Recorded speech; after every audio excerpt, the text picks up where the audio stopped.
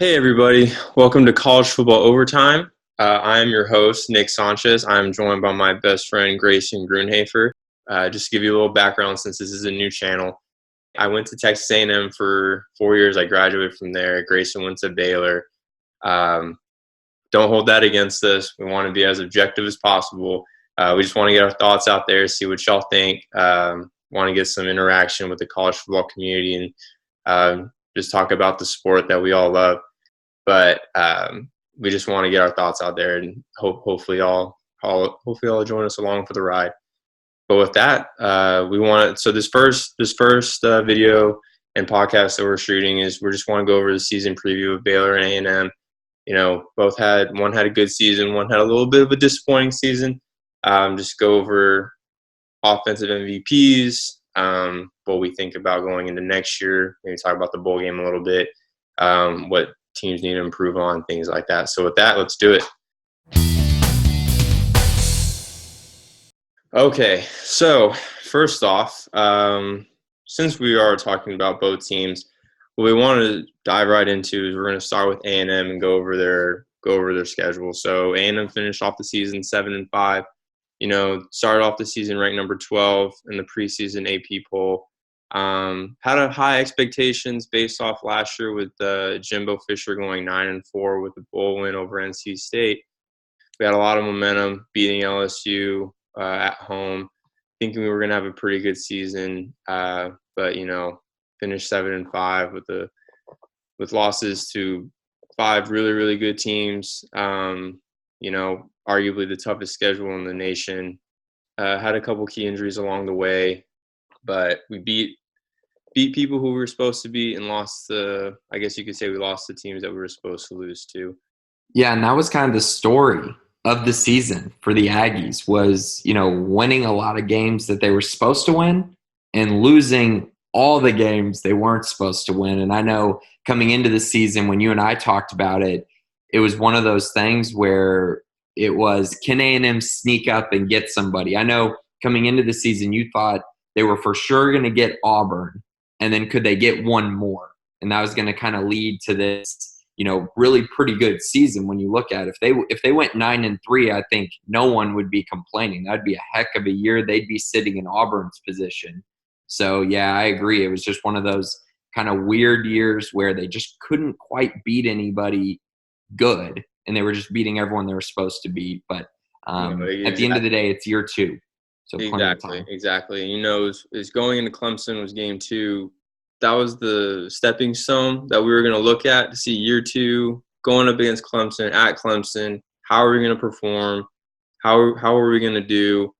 You know, we lost 24-10, but I think the biggest story of that game was you kind of started to see the expectations doing a little bit based off the players that we lost. You know, it's hard to replace the SEC leading rusher, first team All-American to tight end. You know, we lost 6-7 starters on defense. So we had a you know, it was a lot of new faces on that team. We just couldn't overcome it. We had injuries happen in that game too that cost us for the rest of the year. So going off of that Clemson game, you could kind of tell what kind of season we were headed to, and then especially in that Auburn game, our offense just couldn't get anything going until the 4th. And Auburn, like you said, I think as an A&M fan, we were expecting to be where Auburn is right now.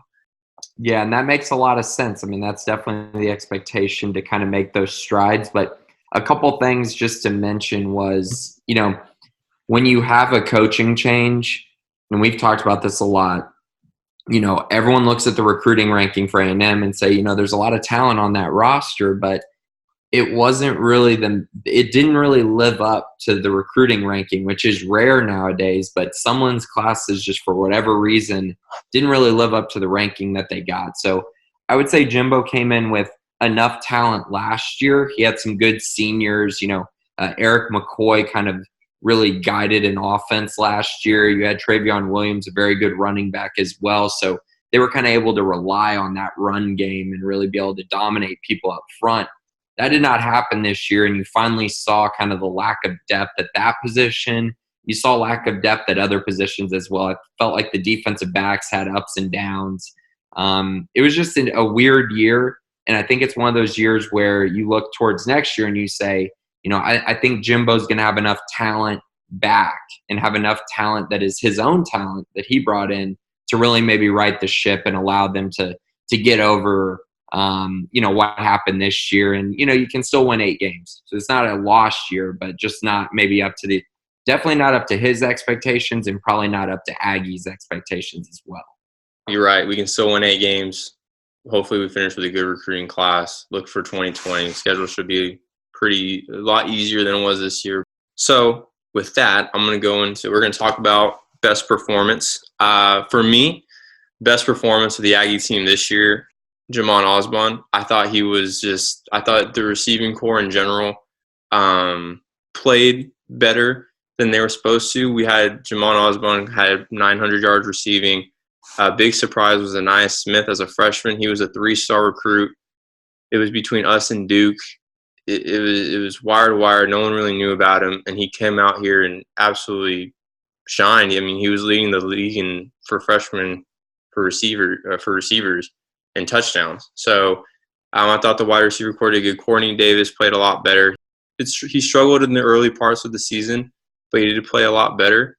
But if you're looking for a bright spot, I thought the receivers did play well. I think I don't see really anyone leaving to the draft. They're all juniors. They're just getting better. I thought the wide receivers performed the best out of the whole A&M group. I think they're just going to be even better next year. So, what based on what you saw, Grayson, what do you think?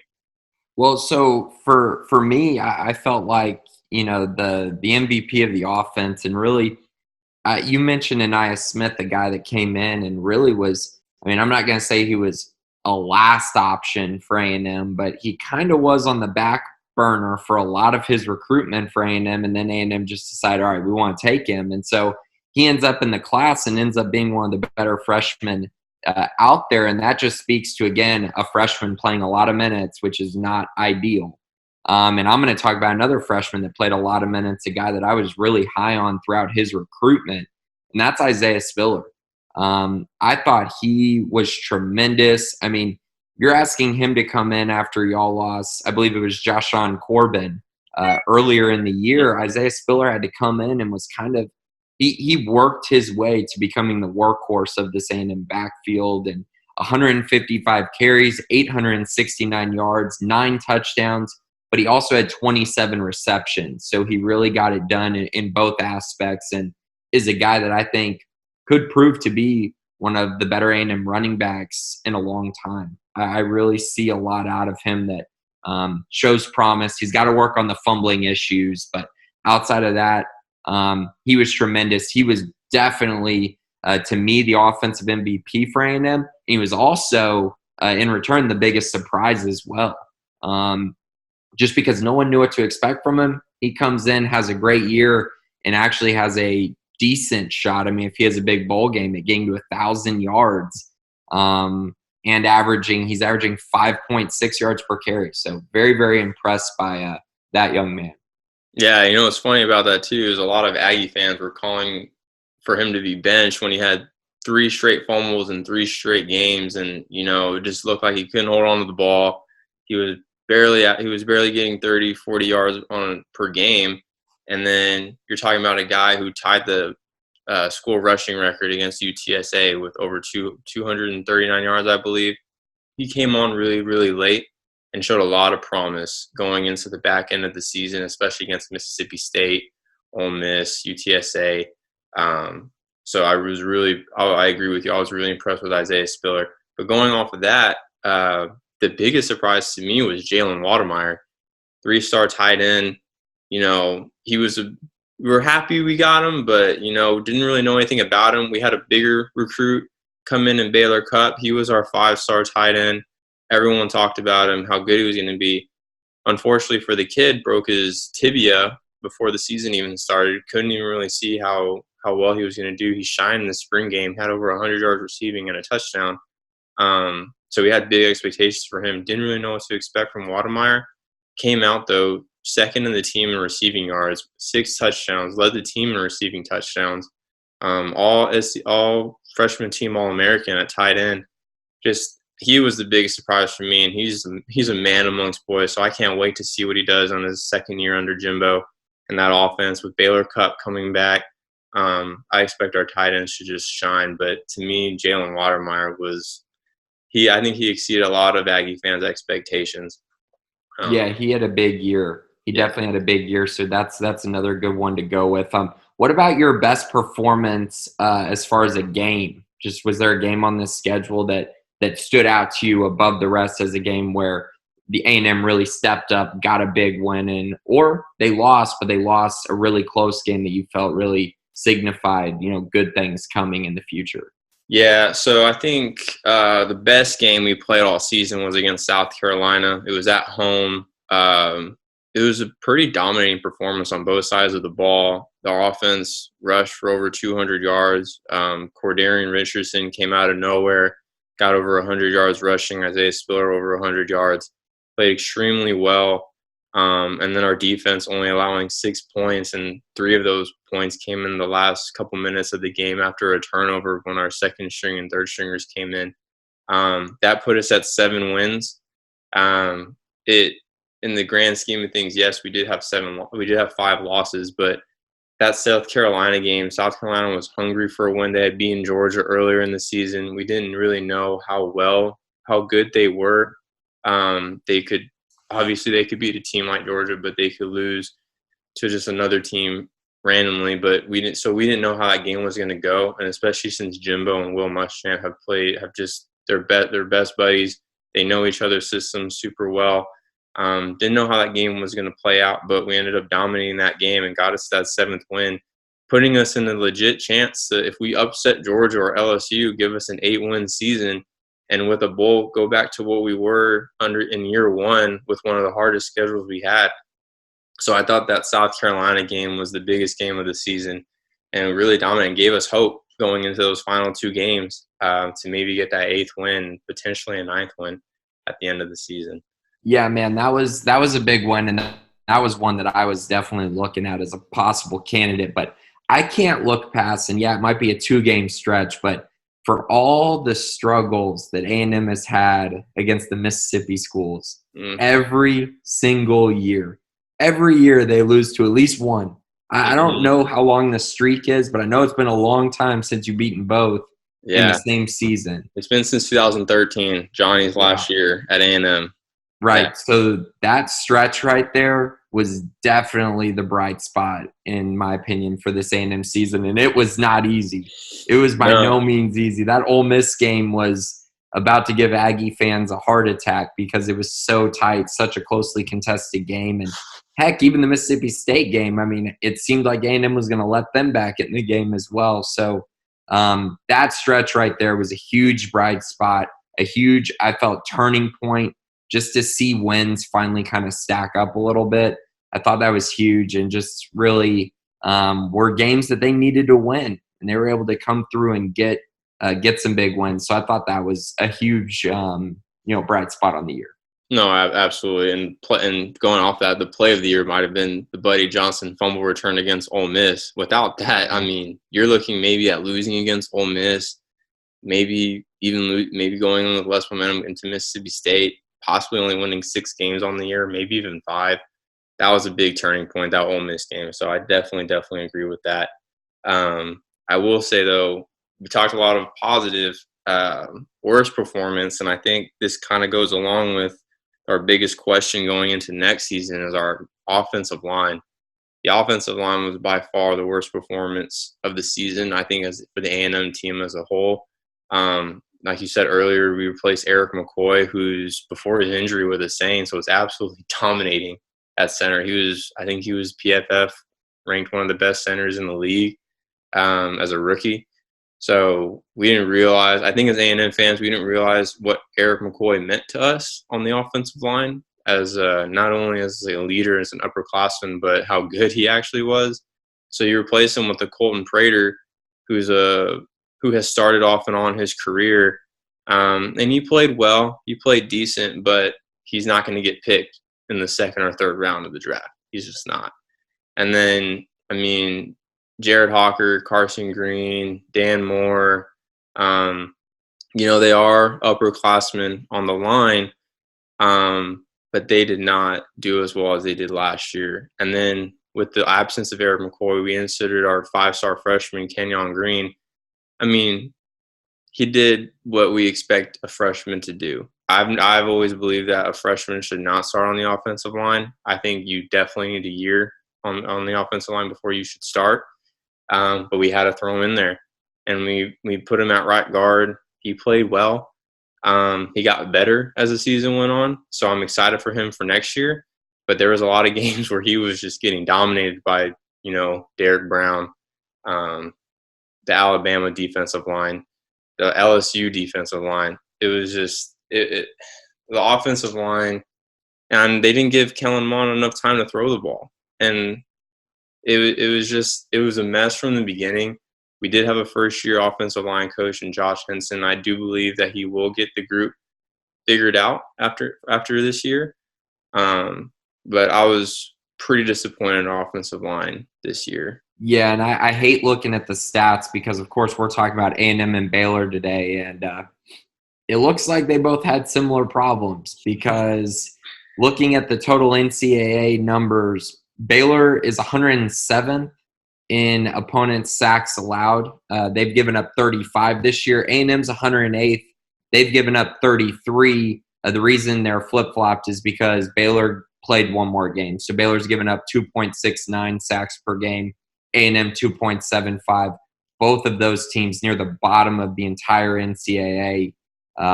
So had similar problems. And, yeah, that was definitely a huge issue for A&M this year. And it also affected Kellen Mond. I mean, he had an okay year as far as moments. He had good moments.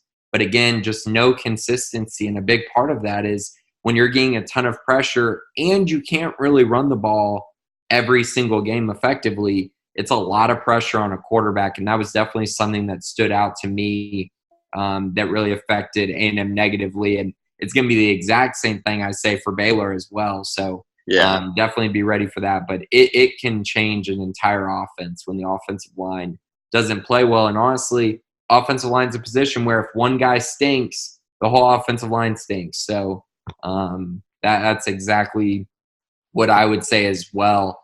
Did you have a game that you looked at and you said, okay, this was by far the worst performance of the season by this A&M team just as a whole? Performance-wise, I thought, it's hard to look past the last game of the season. I'm not here to sugarcoat it. It was pretty weak performance. I thought A&M came into that LSU game uninspired, which is crazy to think about, especially after last year's 7 overtime win. I mean, coming out of the gate, they just did not look like they even wanted to be there. Our offensive line gave up, I think, 3 straight sacks on 3 straight third downs and 3 straight possessions to start the game. So Kellen Mond basically was got the ball within a second, was already on the ground. This was not a good performance. Our defense, gave up 50 points in that game to, obviously the best offense in the country, but still, I mean, you don't expect that, especially coming from an A&M team that played so well against them last year. But that was a really disappointing game. I think all Aggies can admit, the season was – we knew what the season was, and then especially coming off a Georgia loss where we only lost by 6 points in Athens to the 4th-ranked team in the country, you're thinking, okay, well, our defense is solid, holding Georgia only to 19 points. Our offense, they did go up against Georgia, who I believe right now is ranked 4th best defense in the country. You're thinking you're going to come out a little bit more inspired, but it was a big letdown. And one, I think I think we took a step forward with that Georgia game, but we took 3 steps back with that LSU game. So that was one game I was pretty disappointed in.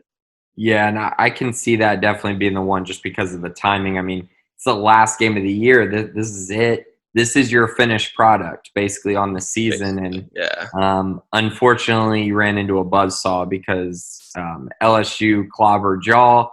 Then they went to the SEC championship and clobbered Georgia as well. So they're just kind of a team on a roll. But I'm definitely going to point out a game early in the season just because it's really interesting because I'm looking at the contrast between A&M and Baylor a little bit. And Baylor had a huge game at the beginning of the season that was their conference opener.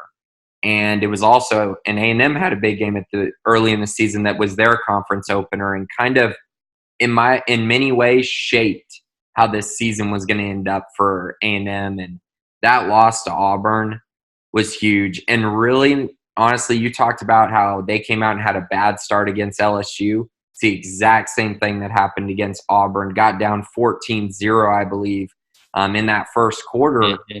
And that's tough to come back from because you're playing against a very good defense and a very good defensive line that all they need is a lead. Because once they get a lead, they can just start pinning their ears back and coming after the quarterback and making things really difficult. And I just felt like that was a very uninspired first quarter really in that game. They kind of dictated the rest of how that game was going to go. And so I really – that was a disappointing one because that was a game that I felt like y'all needed to win to really have a chance at, maybe a magical season, like a 10-win season. If you lose that game, then that's definitely out of the question then. And then it's just about can you win a couple games you're not supposed to, and it ended up being you played some really good teams at the end, and A&M just couldn't beat them. But that Auburn game is definitely one that stands out to me. Yeah, no, absolutely. And I think we got down, like you said, 14-0. The crowd was out of it. Our team was out of it. We didn't pick it up until the fourth quarter. I mean, we ended up losing 28-20. We had a chance there at the end to maybe make it interesting. But, our defense had been on the field the whole game, just couldn't get a stop. Auburn does what Auburn does. And, they were able to pound the rock against us and get that last touchdown to get to 28. And we just couldn't do anything. We were just too far behind at that point. So, and you're right, that did set the tone for the rest of the season because we did start off slow in a lot of big games. And against good defenses, you just cannot do that. You cannot do that. And I think that's what goes into our next topic about this, our final topic about A&M is what are our expectations for next year? You have to look at this year and see it as, is this team going to learn from what happened? Are we going to come out and play uninspired at the beginning of the game and wait till the other team has a lead to get things going? Or is Jimbo, there's talk around the college football world that Jimbo is a very stubborn person. He knows what he knows. He sticks to what he knows. And that's great. It got him a national championship at Florida State, and that's why we hired him. But, you see teams like Alabama and LSU switching to this more spread, up-tempo type of offense, throwing the ball down the field. What kind of offense are we going to expect next year? I think we can expect our defense to always be good or always be decent as long as we have Mike Elko at defensive coordinator. We're always going to be around that. We're always going to be a top 40 defense. That I'm not too worried about. I think it's our offense. Our offense took a huge step back this year.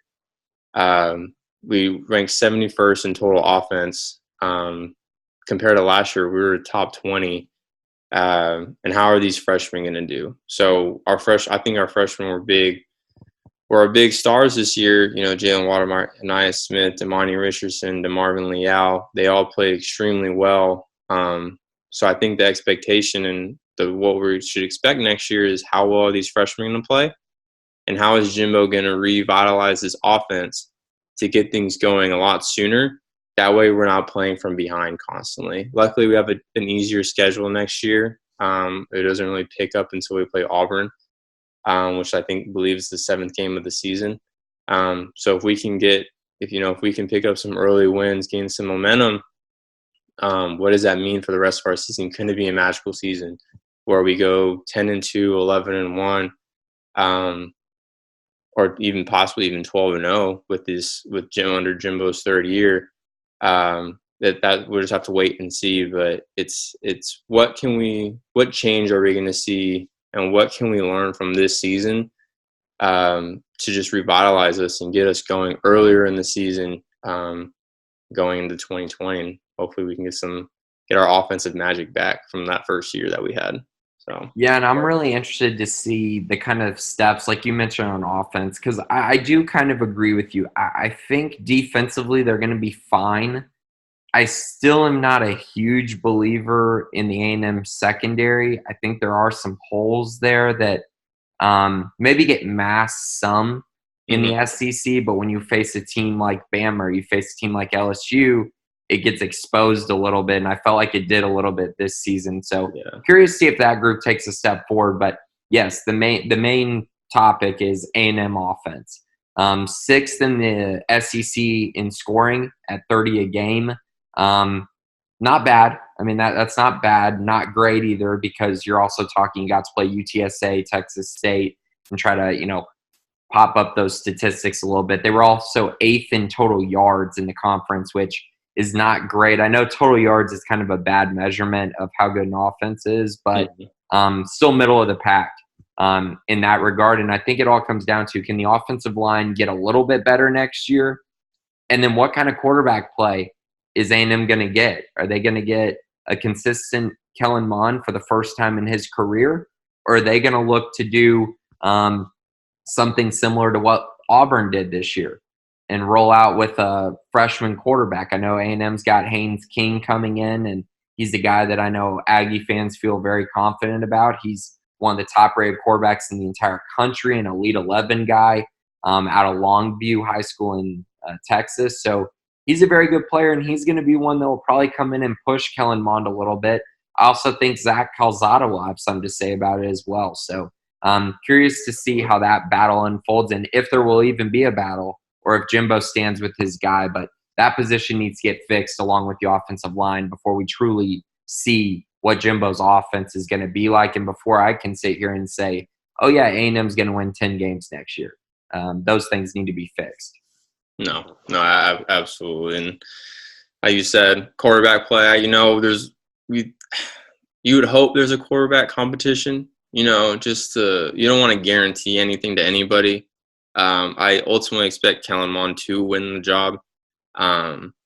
But, you want your starter to be pushed, like you said, Zach Calzada, Haynes King, those are two solid quarterbacks who can do the job. I think Jimbo can work with. But I need to see Kellen Mond take a step. I need Kellen Mond to step up. He needs to figure it out a little bit faster. He needs to read the defenses a little bit better. In order for this offense and this team to go anywhere, Kellen Mond really needs to step up. Obviously, you see what good quarterback play can do. Look at LSU, look at Alabama, look at all the top teams, Ohio State. So if we want to even be close to that realm, where our quarterback play needs to take a step forward. But every team in the CFP has great quarterback play. So that's what it is with Trevor Lawrence, Jalen Hurts, Justin Fields, and of course Joe Burrows, who's going to win the Heisman. So probably going to win the Heisman. Yeah.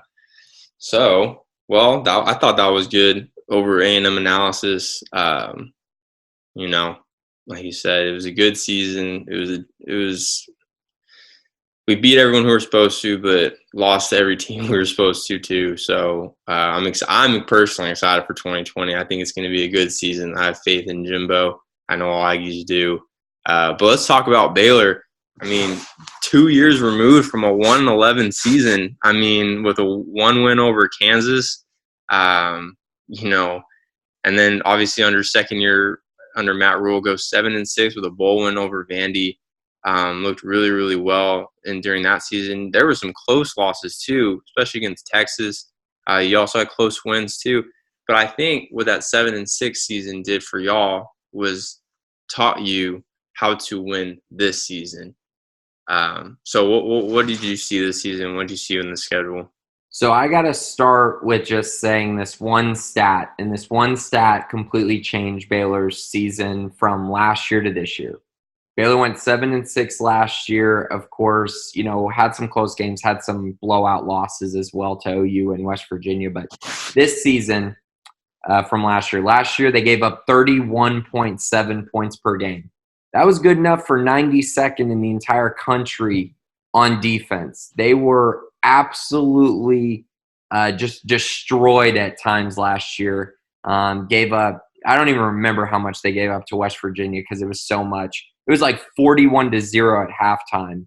And then the Oklahoma game, Oklahoma scored 60-something. So those two games inflated the stats some, but still really disappointing year on the defensive side. But then you come to this year, and Phil Snow, defense coordinator at Baylor, he was up for the Broyles Award, which is the top assistant in the nation. Of course, Joe Brady got that award, the passing game coordinator for LSU. Well-deserved. But in my opinion, the second place dude is Phil Snow, because he went from the 92nd rated defense in the entire country to the number 16th defense in the country. They only gave up 19 points per game in the Big 12, which is absolutely insane, a huge improvement. And that's really the main step that led to this big year for the Bears, is they really were able to suffocate offenses at times, and that allowed them to kind of pile up the wins. And just kind of looking over their schedule a little bit, the 3 easy non-conference games, Stephen F. Austin, UTSA, and Rice, took care of business. Rice game kind of gave everyone pause, I think, on what the season was going to be like. But really what it ended up showing was just that Baylor's offense wasn't amazing, but their defense could still get the job done, even when they weren't playing well. Came out, got the big win that I mentioned, their first conference game of the year, knocked off Iowa State 23-21, and then just went on to kind of win, pretty handily in a couple games over K-State and Oklahoma State, but then had close games thrown in there with Tech, Oklahoma State, and TCU. Really close games that Baylor was able to find a way to win. Of course, the tough loss to Texas, but then the tough loss to Oklahoma, then smashed Texas, absolutely destroyed Kansas, got the rematch with Oklahoma last weekend in the Big 12 championship, lost to them. So overall, 11-2 season, with your only 2 losses being to Oklahoma by 3 points and in overtime. So quite the season by the Bears. No, absolutely. And you talk about those close wins. I think, when a team goes through adversity, what Matt Rule went through in his first 2 years, it teaches you something. It shows one thing, and I'll say this before I go into a little bit more depth, is y'all's Baylor came out, and the games that I saw, the physicality on defense was crazy. You had players flying around the field. No one was scared to tackle. I think that's a big problem for teams, is that a lot of their players on defense don't really know how to tackle well. And I hardly remember seeing Baylor miss tackles throughout the season. And then especially in those close wins against Tech, against TCU, against West Virginia, you could count on your defense. And then all Charlie Brewer does is win in the end of games. He somehow finds a way to do it. So it was absolutely incredible season. Yes, you had your 2 tough losses to Oklahoma, but to me, that shows that y'all are just as good as a team that's in the college football playoff. I mean, yes, they got into the 4th spot, but you're a couple stops away from winning those 2 games. I mean, it's absolutely incredible what Matt Rule has done with the Baylor program in 3 years. I've argued that I think Matt Rule is potentially top 5 coach in college football right now. Especially coming off of this season. I know he had his statement about coming back and having unfinished business. So, hey, as an Aggie fan, I hope y'all knock off Oklahoma next year, especially what happened this year in Waco. I just thought y'all played I think those close games y'all found a way to win, and that's the biggest thing. Baylor found a way to win. They went 1-0 11 times this year. So it was a great season, one that I have to applaud Matt Rule for. So. Yeah, and I think one thing you can say about Baylor, just watching them, they, to me, are the hardest playing team in the entire country. And if they're not the hardest playing, they're tied with whoever's out there that plays as hard as them, because this is not the most talented team. This is not built on a bunch of good recruiting classes. This is just built on these guys know how to play the game of football, and they play extremely hard. And that's what you see from the physicality standpoint. One thing I will mention this year about the defense that I think is pretty remarkable as well, Baylor actually switched from a 4-3 to a 3-3-5 stack as well, which ended up helping them a lot. It allowed them to get more speed on the field because their better players were in their secondary, and they wanted to get more of that speed on the field, more of those guys that could play safety, Graylin Arnold, Chris Miller, Henry Black, lots of speed out there to go along with their three just beasts up front, James Lynch, Bravion Roy, and James Lockhart. It just really allowed the linebackers to just kind of fly to the football. Same with the safeties, because those three guys could take out the whole offensive line. And you're just seeing holes and gaps open up for these linebackers and safeties to just go clobber people. So it was a genius move and something that definitely paid dividends throughout the season for sure. No, absolutely. So, so in your mind, what was the best performance for this Baylor team? Where do y'all think y'all really shined this year? Yeah, so for me, as far as the schedule goes, the best performance was definitely the Texas game. I mean, for them to come out after what happened against OU, giving up the 25-point lead, a game that they really should have won, they had in the bag and just couldn't seal the deal. And everyone was predicting them to come out and lose to Texas and predicting them to not show up and their season to be pretty much over. And instead, Baylor absolutely physically dominated Texas in that football game. Outside of I believe Keontae Ingram had like a 60-yard run before halftime that allowed Texas to kick a fluky field goal. Outside of that play, Texas did absolutely nothing in that football game. And yeah, you can look at the score and say, 24-10. Well, Tom Herman called the timeout with 5 seconds left in the game to go run another play and score a touchdown to make it look like 24-10. That was a 3-score beating, and Baylor dominated Texas, and that's great to see because the Bears have been dominated up front by Texas for the last 2 years. No, yeah, absolutely. That Texas game, like you said, besides that long run by Ingram, and then the last, they scored with 1 second left on a touchdown. I mean, yeah. I think Tom Herman was just trying to save his job at that point, make it look a little bit more respectable. But yeah, no, best performance, definitely Texas is one of them. I know it was a loss, but I thought the best performance y'all had really was, it was the first half of that Oklahoma game, and then y'all showed the kind of football that Baylor's capable of playing. Yes, I know we all know what happened, but going into the halftime, you're thinking, Baylor's about to run away with this game. They're up 31-10. Oklahoma can't do anything on offense, especially with that team. Jalen CeeDee Lamb didn't play that game. But still, they had so many weapons. That first half against Oklahoma really stood out to me. What about your worst performance? Yeah, and you could literally, if you just wanted to do yours is pretty easy because you can just go first half versus Oklahoma and second half versus Oklahoma and kind of just join it all together. And then that sounds good because I definitely could do that. But I'm going to go a different direction with the worst performance, and it's mainly because I just felt like Baylor didn't quite play up to their potential in this particular game, and it was the Big 12 championship.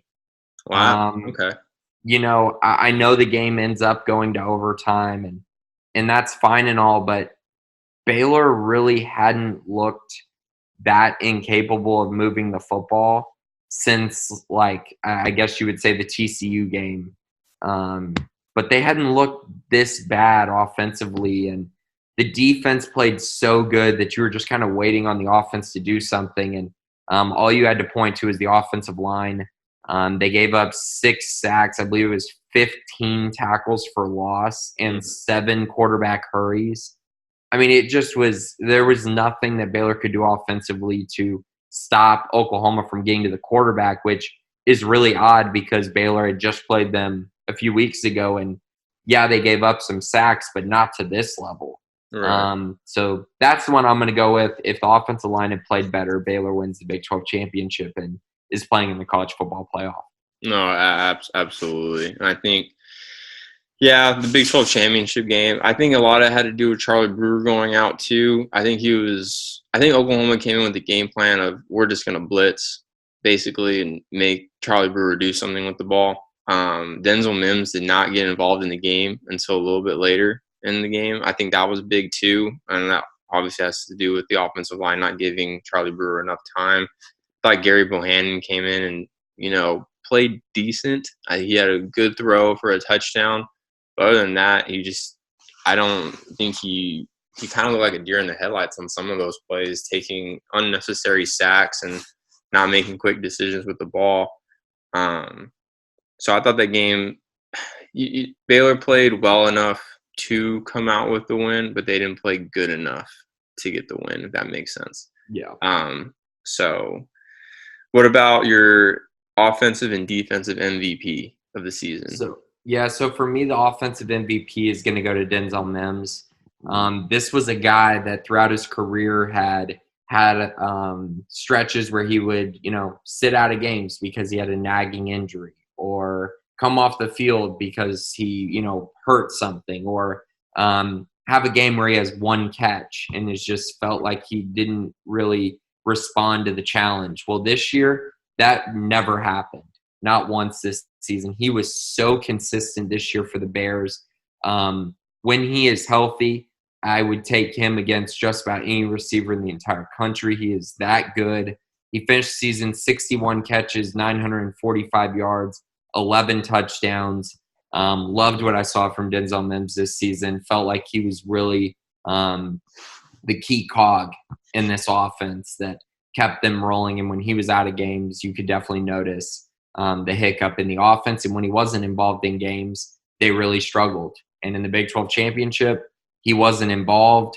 OU did a great job of double teaming him or bracketing him at times, which really made the throws tough. And with the pass rush, they couldn't give him the ball. So he's my offensive MVP for this year for the Bears. How about you? Who do you got? So I definitely agree. Denzel Mims is a really, really good wide receiver. Probably best in the Big 12, not the country, one of the best ones. But I'm going to go with Charlie Brewer as the offensive MVP. I thought in a couple of games there, y'all don't win without him. He comes through in the clutch. He had about the same amount of yards last year as he did this year, but he lowered his interception ratio to touchdowns. He had 3 more rushing touchdowns than last year.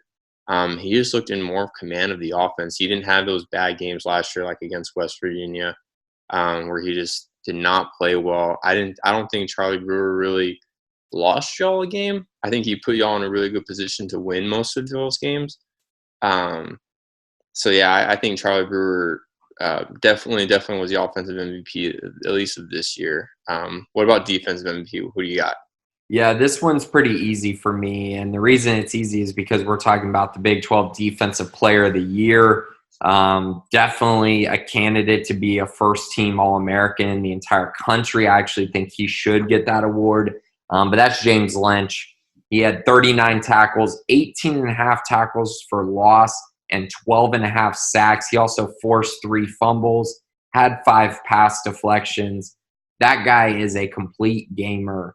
And when they moved to that three-man front, you knew there was going to be a lot of pressure on those 3 guys to have big seasons.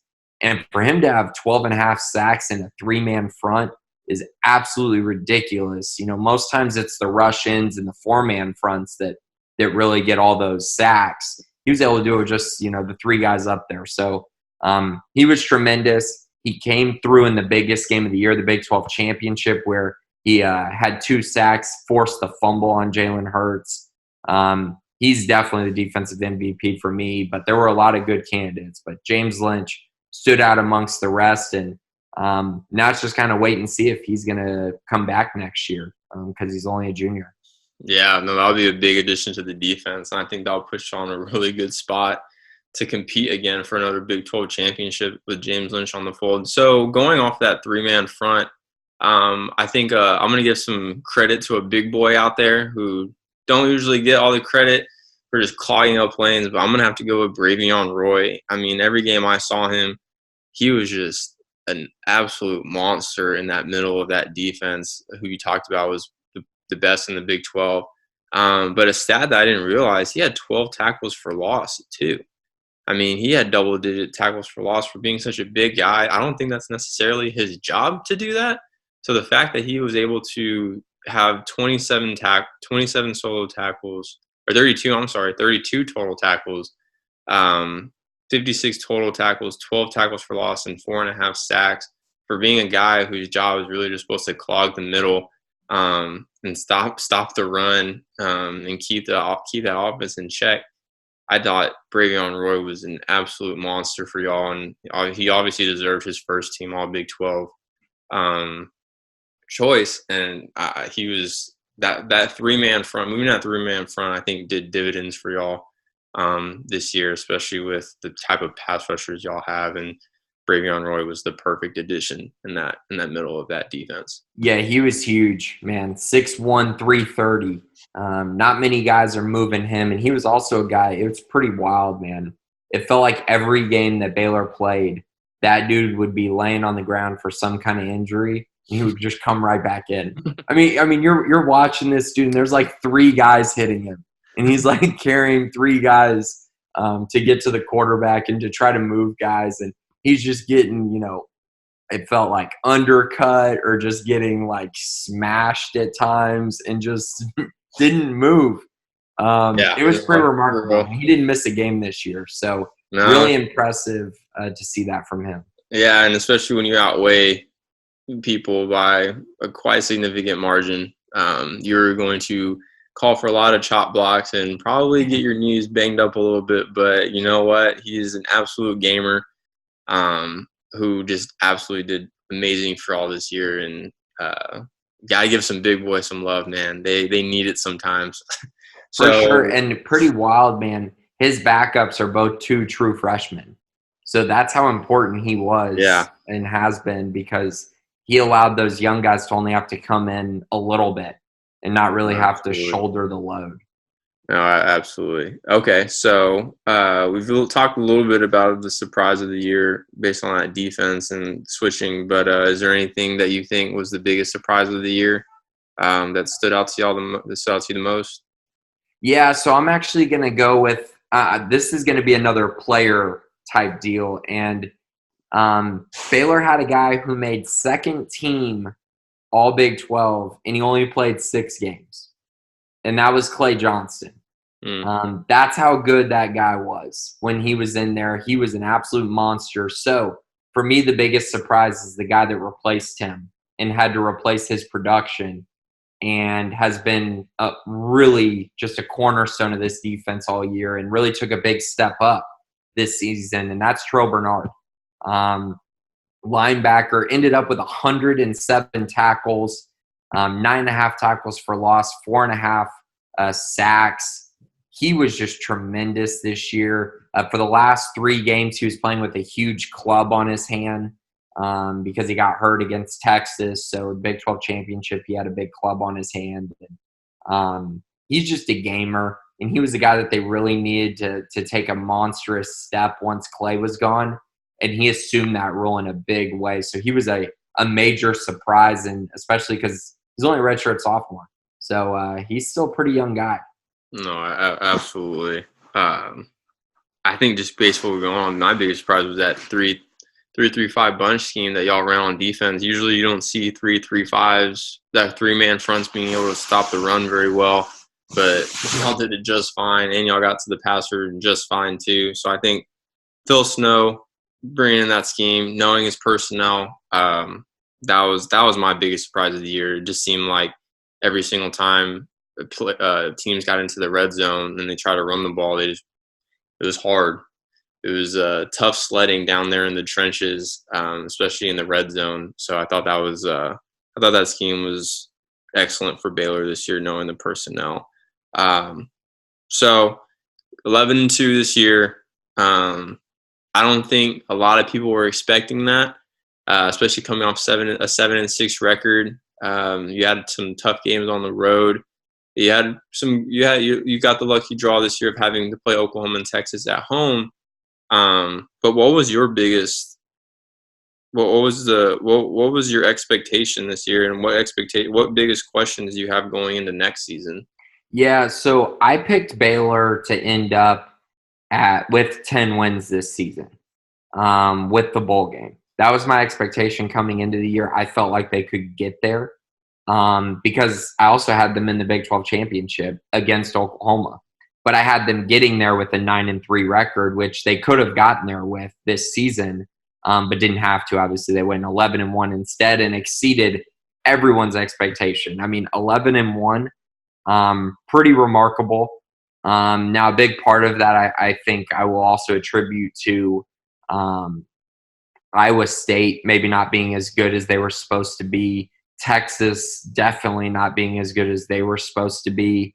But I had those three tying, but I had Baylor beating both of those teams coming into the season and Baylor getting the nod to go to the Big 12 championship. So they kind of were right in line with my expectations as far as where they were going to be.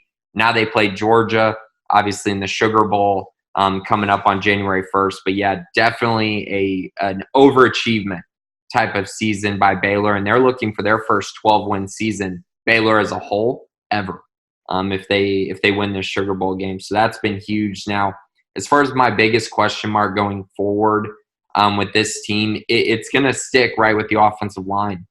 They gave up 35 sacks in 13 games this year. They weren't consistent enough running the football against every team on their schedule, and they need that. The quarterbacks need time in the pocket, and the quarterbacks need to be protected, and they need to be able to run the football. Plain and simple. Rule wants to run the football. That's what he did at Temple, and that's what he's done everywhere he's been. He wants to do that at Baylor, and that's where they need to get things fixed. And they're going to be a lot older next year. They return for their 5 starting offensive linemen as well. So that's a good step forward for Baylor. Hang into next year, and they're going to have big expectations next year as well.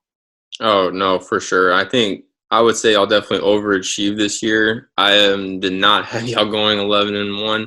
I think I had y'all at the beginning, but when we talked, I think I said possibly 9-3 with a chance to go 10-2. But I was maybe going towards that 9-3. Like I said, you did have your schedule was favorable this year. You got Iowa State at home, Oklahoma at home, Texas at home, and West Virginia at home.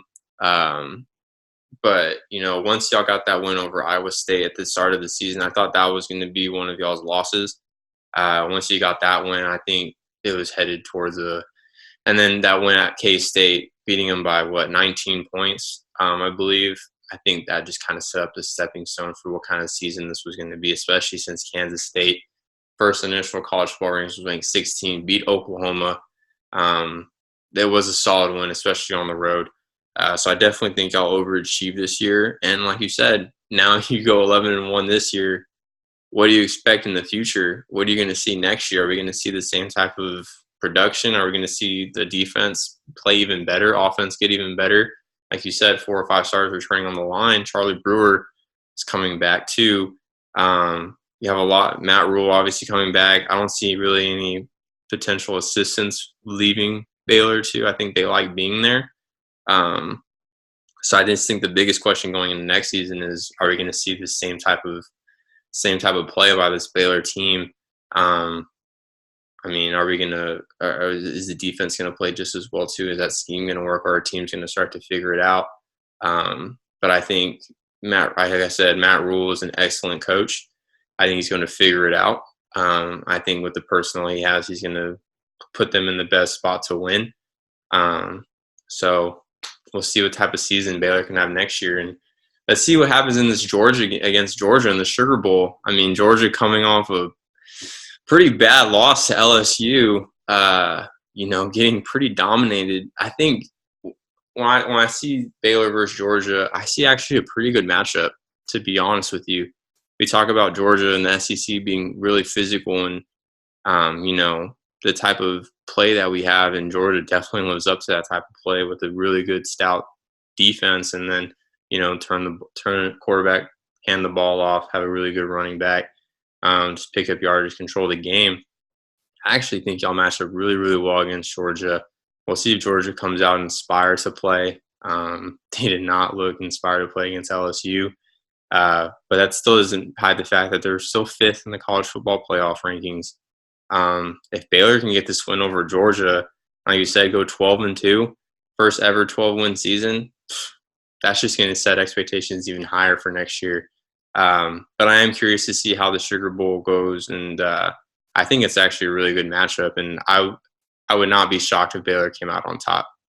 Yeah, and Baylor should, if they beat Georgia, finish in the top 5 as well, because Georgia's been in the top 5 for weeks now. So For sure. I would anticipate that Baylor does get the win, that they do finish number 5 in the entire country, which would be absolutely massive. I mean, top 5 finishes do not happen often in college football, and they never happen for Baylor, or at least haven't up to this point. So it's a big game, and I agree with you. I think that they're a pretty good matchup. I think both teams are going to struggle mightily offensively. I think that it's going to be an ugly football game. It's probably going to be first to 20 wins. So, yeah, it's going to be an interesting matchup, but I agree. I think Baylor's going to get plenty of stops. Unfortunately, I also think Georgia's going to get plenty of stops. So I think Georgia's also going to have some motivation after the complete egg they laid against Texas last year to try to make sure that doesn't happen again. But on the flip side, I know for a fact Baylor's going to show up. And the reason being is they won one game 2 years ago. This is not a team that's going to take anything for granted at all.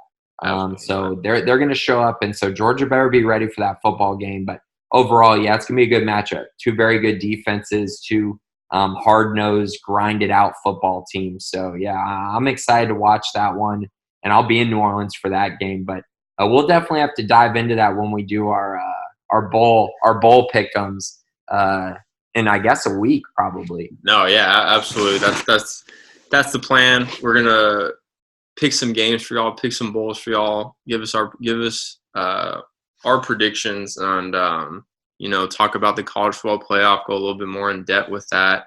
But like you said, you're gonna be in New Orleans. I'll be in Houston to watch A&M play Oklahoma State as well. So we'll dive deep into that next week and give our predictions and who's going to shine in those games and what we're expecting. But this was, like I said at the beginning, this was our first initial podcast. Want to get our thoughts out to y'all. You expect content like this every week. Hopefully, we hope to get a video or podcast out to y'all.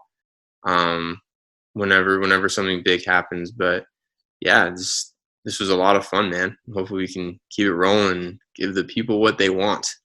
Definitely. Weekly on college football overtime. Weekly. Sounds good, brother. All right. Well, this is from College Football Overtime signing off, and hope y'all enjoy it. And please leave a comment or let us know what y'all think about the 2 seasons for A&M and Baylor. Who shined? What do y'all expect? Was it overachieving? Anything like that? What we talked about? We look forward to hearing from everybody.